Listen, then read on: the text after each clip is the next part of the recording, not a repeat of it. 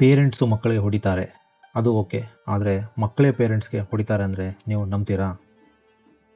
ಹೌದು, ನೀವು ನಂಬಲೇಬೇಕು. ಇದು ರೀಸೆಂಟಾಗಿ ಒಂದು ಆರ್ಟಿಕಲ್ ಓದಬೇಕಾದ್ರೆ ಈ ವಿಚಾರ ಗೊತ್ತಾಯಿತು. ಇದು ಒಂದು ಕೇಸ್ ಸ್ಟಡಿ ಕೂಡ ಆಗಿದೆ. ಸ್ಕೂಲಲ್ಲಿ ಮಕ್ಕಳು ಅವ್ರ ಕ್ಲಾಸ್ಮೇಟ್ಸ್ಗೆ ಜೋರಾಗಿ ಹೊಡಿಬಡಿ ಮಾಡ್ತಾರೆ.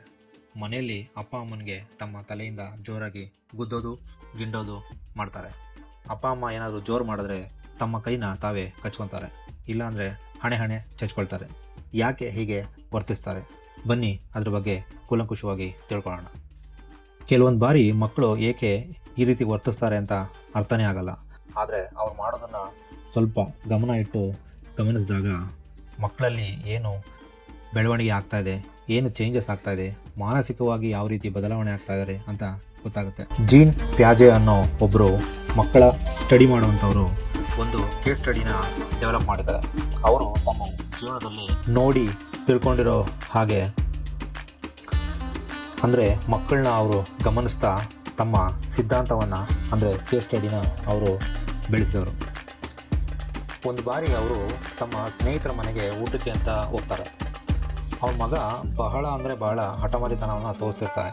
ಅಂದರೆ ಅವನಿಗೆ ಏನಾದರೂ ಬೇಕು ಅಥವಾ ಏನಾದರೂ ಆಗಬೇಕು ಅನ್ನೋದೇನು ಇದ್ದರೆ ನೆಲದ ಮೇಲೆ ಹೊರಳಾಡಿ ತನಗೆ ಬೇಕಾದ್ದನ್ನು ಗಿಟ್ಟಿಸಿಕೊಳ್ಳುವಂಥ ವರ್ತನೆಯನ್ನು ತೋರಿಸ್ತಾ ಇರ್ತಾನೆ.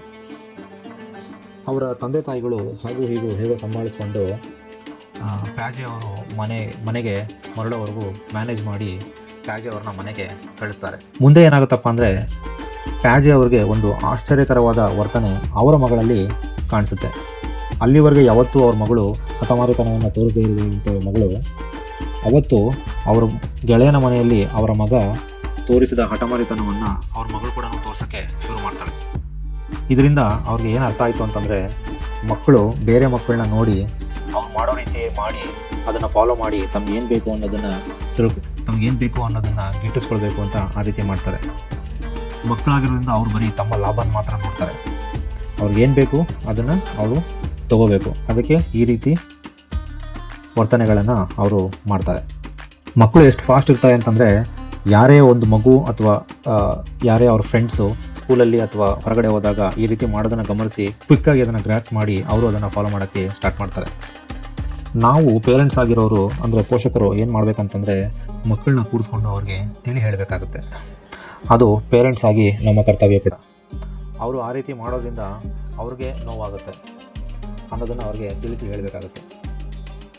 ಅಷ್ಟಾಗಿ ತಿಳಿಸಿ ಹೇಳಿದ ಮೇಲೂ ಮಕ್ಕಳು ಈ ರೀತಿ ವರ್ತನೆಯನ್ನು ಮುಂದುವರಿಸಿದ್ರೆ ನಾವು ಪೇರೆಂಟ್ಸ್ ಸ್ವಲ್ಪ ಇಂಟೆಲಿಜೆಂಟಾಗಿ ಬಿಹೇವ್ ಮಾಡಿ ಅವ್ರು ಮಾಡೋದಂಥ ಆ್ಯಕ್ಟಿವಿಟಿನ ಸ್ವಲ್ಪ ಇಗ್ನೋರ್ ಮಾಡಬೇಕಾಗುತ್ತೆ ಕೆಲವು ಕಾಲವಾದವರೆಗೆ, ಕೆಲ ದಿನಗಳವರೆಗೆ. ಇಷ್ಟಾದರೂ ಮಕ್ಕಳು ಅವ್ರ ವರ್ತನೆಯನ್ನು ಕಂಟಿನ್ಯೂ ಮಾಡಿದ್ರೆ ಕೊನೆಗೆ ನಾವು ಅವ್ರನ್ನ ಸೈಕ್ಯಾಟ್ರಿಸ್ಟ್ ಹತ್ರ ಅಂದರೆ ಮನಃಶಾಸ್ತ್ರಜ್ಞ ಅಂತ ಕರ್ಕೊಂಡು ಹೋಗಬೇಕಾಗುತ್ತೆ. ಸೊ ಹಾಗೆ ಸಮಾಲೋಚನೆ ಮಾಡಿ ನಿಜವಾಗ್ಲೂ ಏನಾದರೂ ತೊಂದರೆ ಇದೆ ಮಕ್ಕಳಲ್ಲಿ ಅಂತಂದರೆ ಅವರಿಗೆ ಚಿಕಿತ್ಸೆಯನ್ನು ಕೊಡಿಸ್ಬೇಕಾಗುತ್ತೆ. ಇದನ್ನು ಕೇಳಿದ ಮೇಲೆ ನಿಮಗೇನು ಅನ್ನಿಸ್ತು? ನಿಮ್ಮ ಮಕ್ಕಳು ಏನಾದರೂ ಈ ರೀತಿ ಬಿಹೇವ್ ಮಾಡ್ತಾ ಇದ್ದಾರೆ ನಿಮ್ಮ ಮನೆಯಲ್ಲಿ ಅಂದರೆ ದಯವಿಟ್ಟು ಕಮೆಂಟ್ ಮಾಡಿ. ಪೇರೆಂಟಿಂಗ್ ಅನ್ನೋದು ತುಂಬ ಚಾಲೆಂಜಿಂಗ್ ಟಾಸ್ಕು. ಅದನ್ನು ನಾವು ತುಂಬ ಇಂಟೆಲಿಜೆಂಟಾಗಿ ನಿಭಾಯಿಸಬೇಕಾಗುತ್ತೆ. ಇಲ್ಲಾಂದರೆ ಮಕ್ಕಳು ಈ ರೀತಿ ವರ್ತಿಸೋದನ್ನು ಕಂಟಿನ್ಯೂ ಮಾಡ್ತಾರೆ.